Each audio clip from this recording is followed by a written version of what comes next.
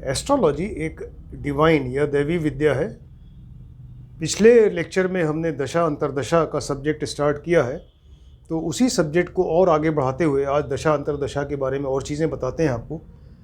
ग्रह की जो दशा है, दशा को ही महादशा भी कहते हैं, और अंतरदशा जो है उसको भुक्ति, एक वर्ड है भुक्ति भी कहते हैं। तो दशा को अंतरदशा को महादशा और अंतरदशा को भुक्ति भी कहा जाता है। और जिस ग्रह की दशा चल रही है या महादशा चल रही है तो उस ग्रह को महादशेश या महादशानाथ भी कहा जाता है।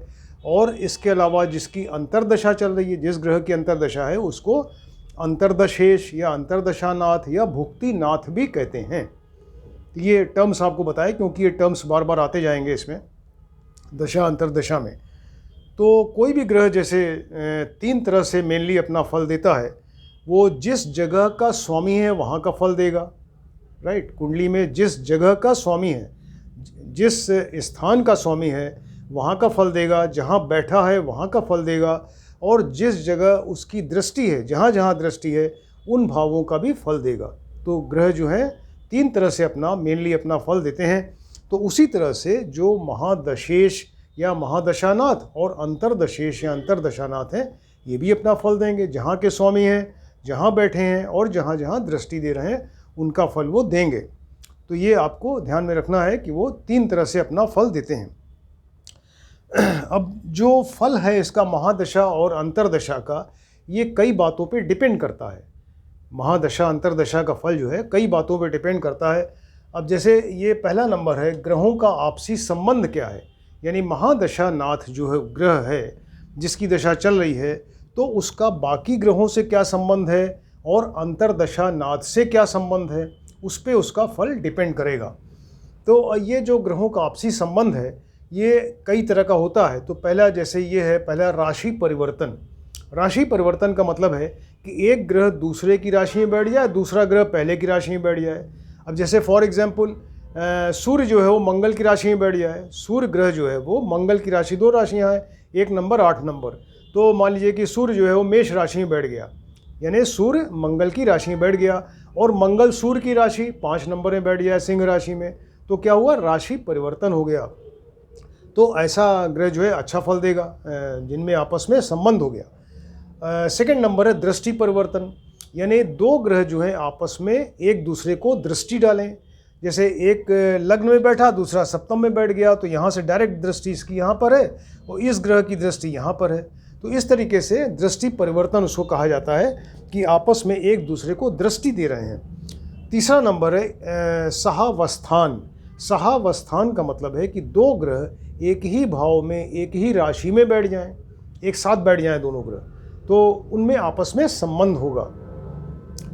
चौथा नंबर है स्थान दृष्टि संबंध। स्थान दृष्टि संबंध, कई तरह के संबंध बताया आपको, राशि परिवर्तन, दृष्टि परिवर्तन, सहावस्थान। चौथा नंबर स्थान दृष्टि संबंध। स्थान दृष्टि संबंध में क्या है कि कोई ग्रह जो है वो पहला ग्रह दूसरे ग्रह की राशि में बैठकर उसको देखे।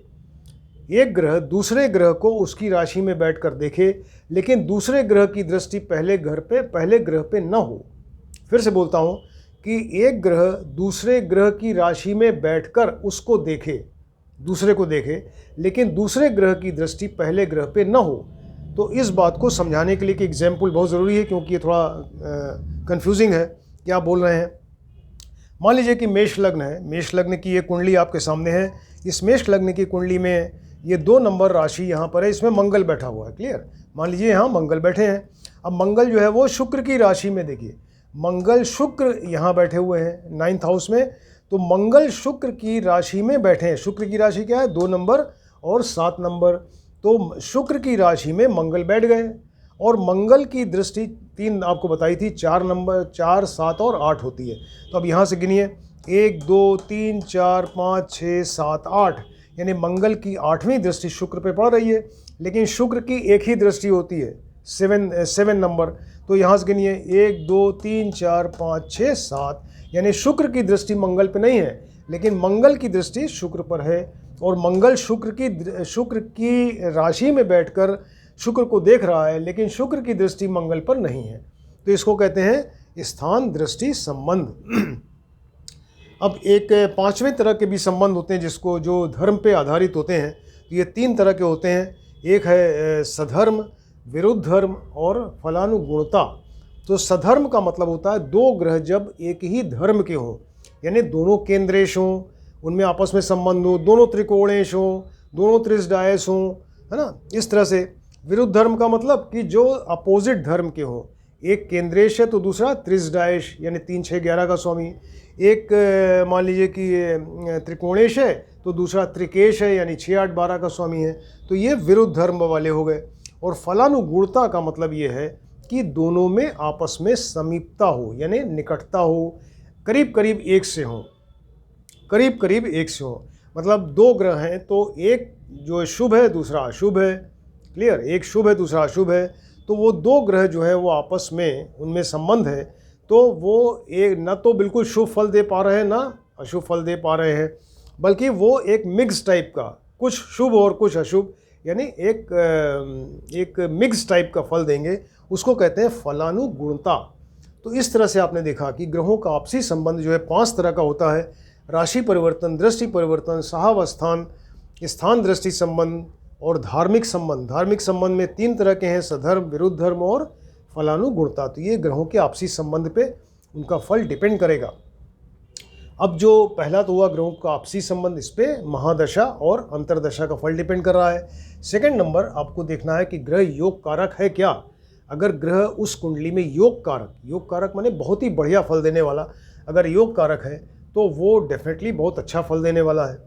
अब योग कारक में भी 2 तरह के योग हो सकते हैं, 2 तरह के योग हो सकते हैं। ये आपको पहले बताया था कि कुंडली में 12 हाउसेज हैं, 12 हाउस में जो केंद्र के घर हैं 1 4 7 10, देखिए 1 4 7 10 केंद्र हुआ।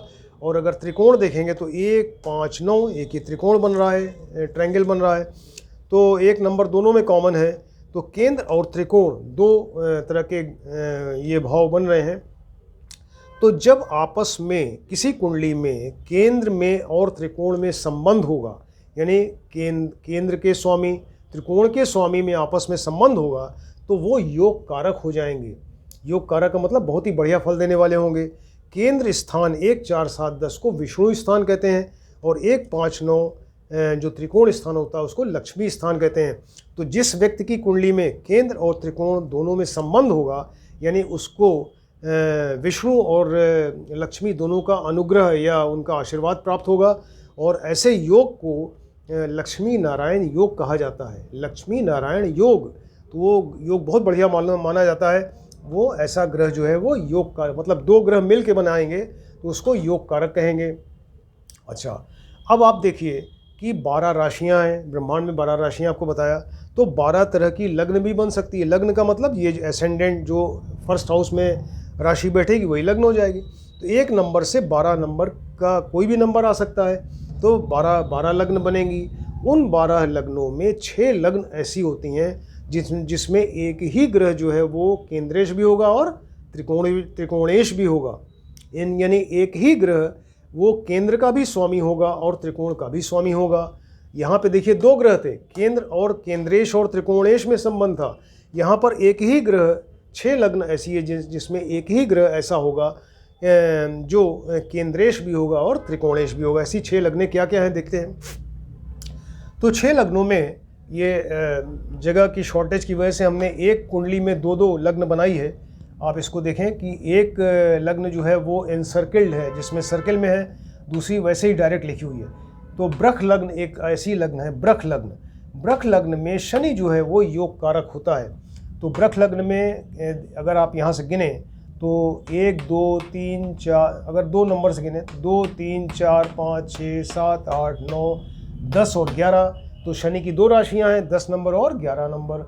यानी शनि ब्रख लग्न में वो त्रिकोणेश भी हुआ, नवमेश है, और केंद्रेश यानी दशमेश भी हुआ। तो ब्रख लग्न की कुंडली में शनि जो है योग कारक हुआ। एक ही ग्रह शनि जो है वो केंद्र का भी स्वामी है और त्रिकोण का भी स्वामी बना। अब इसी कुंडली में हमने ऐसे 7 नंबर लिखा है। 7 नंबर मतलब तुला लग्न। तुला लग्न की कुंडली जो है उसमें भी अगर आप देखें तो 7 8 9 10 11 यहाँ भी शनि जो है योग कारक हुए। क्यों? क्योंकि शनि की एक राशि केंद्र चतुर्थ भाव में, दूसरी राशि त्रिकोण यानी पंचम भाव में आई। तो शनि जो है तुला लग्न में चतुर्थेश और पंचमेश हुए, यानी केंद्रेश भी हैं और त्रिकोणेश भी हुए। तो 2 लग्न ऐसी है जिसमें 2 और 7 लग्न में शनि योग कारक होते हैं। एक ही ग्रह शनि जो है वो केंद्र के भी स्वामी और त्रिकोण के भी स्वामी हुए। अब देखिए 2 लग्न और है, 4 नंबर और 5 नंबर।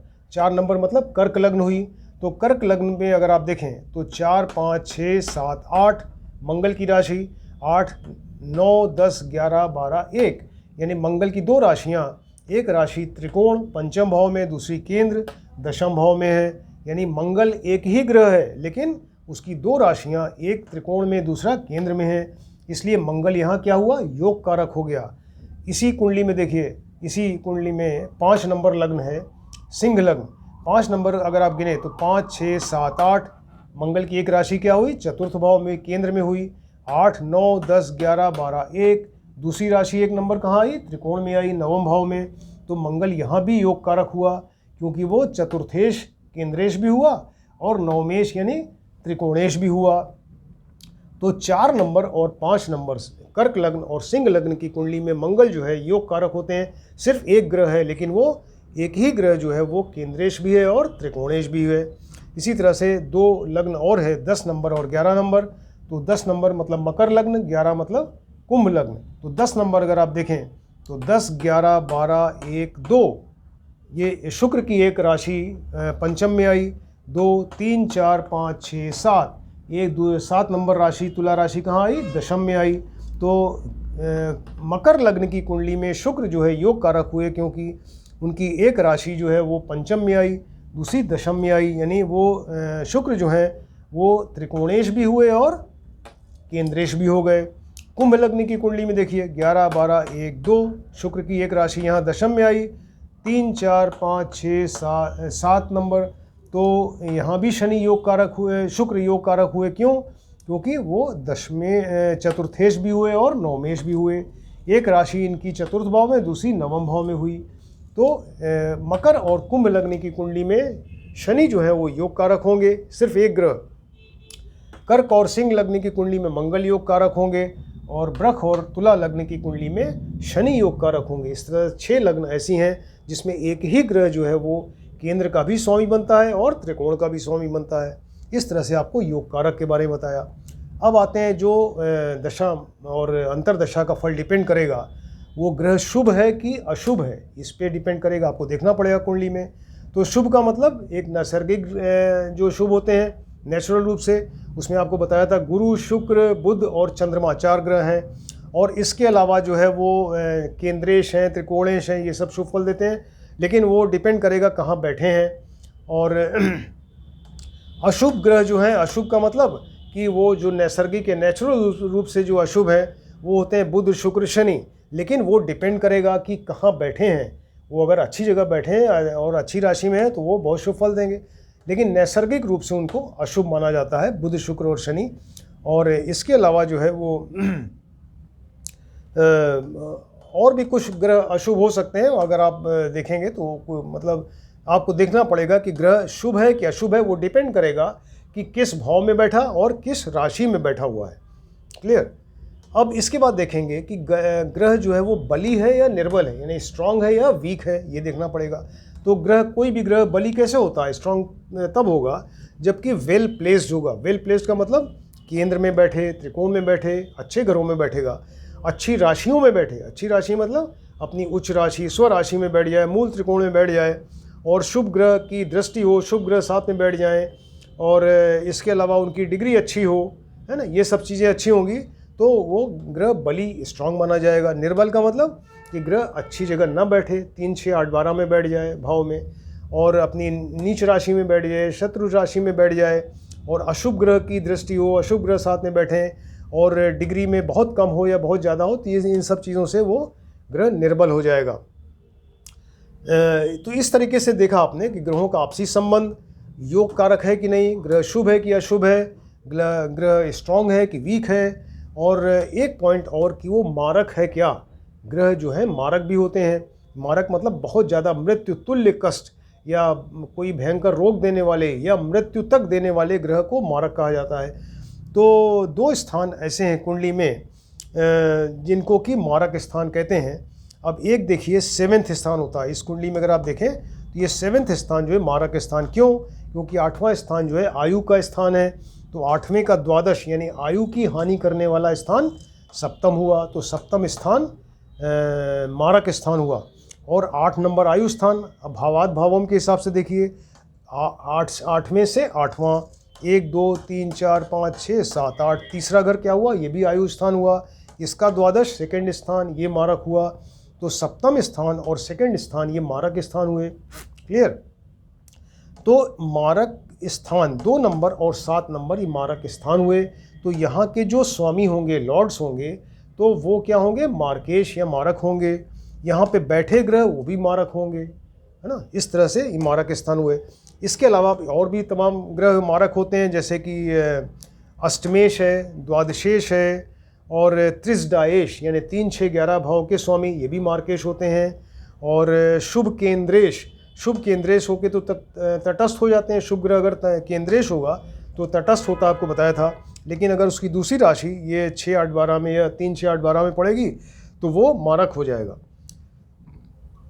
तो इस तरह से आपने देखा कि ग्रह को देखना है कि मारक है क्या। मारक अगर है तो वो अच्छा फल नहीं देगा। और एक चीज़ और देखनी है कि मारक में ही एक ग्रह है जो शनि है। शनि सबसे बड़े मारक माने जाते हैं। अगर शनि का संबंध किसी भी तरह से किसी भी मारक या मार्केश के साथ में हो, वो मारक स्थान में बैठ जाएं, मार्केश हो या मारक के साथ उनका कहीं से भी संबंध भी होता हो, तब भी सबको पीछे हटा के सबसे आगे आ जाएंगे, मारक बन जाएंगे। तो ये याद रखना ज़रूरी है कि शनि सबसे बड़े मारक होते हैं।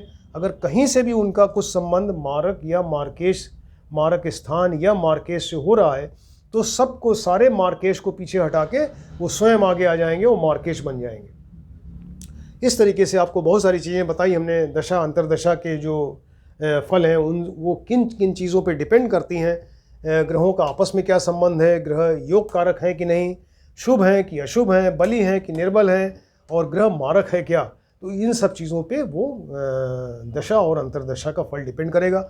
ये बहुत ज़्यादा इंपॉर्टेंट टॉपिक है, क्योंकि दशा अंतरदशा तो प्रेडिक्शन में हर जगह यूज़ होगा, और आपको ये सारे पॉइंट्स दिमाग में रखने पड़ेंगे और उसको देखना पड़ेगा, तभी आप सही प्रेडिक्शन पे आ पाएंगे फिर। तो इस चीज़ को आप बहुत ध्यान से देखिए, सुनिए और स्टडी करिए। और जिसने अभी तक सब्सक्राइब नहीं किया है, काइंडली उसको सब्सक्राइब करें, जिससे कि आपको एक के बाद एक कंटिन्यूएशन में लेसन्स मिलते चले जाएं, लेक्चर्स, और आप तभी आगे के लेक्चर्स को समझने में कोई दिक्कत नहीं होगी, आसानी होगी, और आपके लिए वो काफ़ी एकदम क्रिस्टल क्लियर हो जाएगा सब्जेक्ट फिर। Thank you.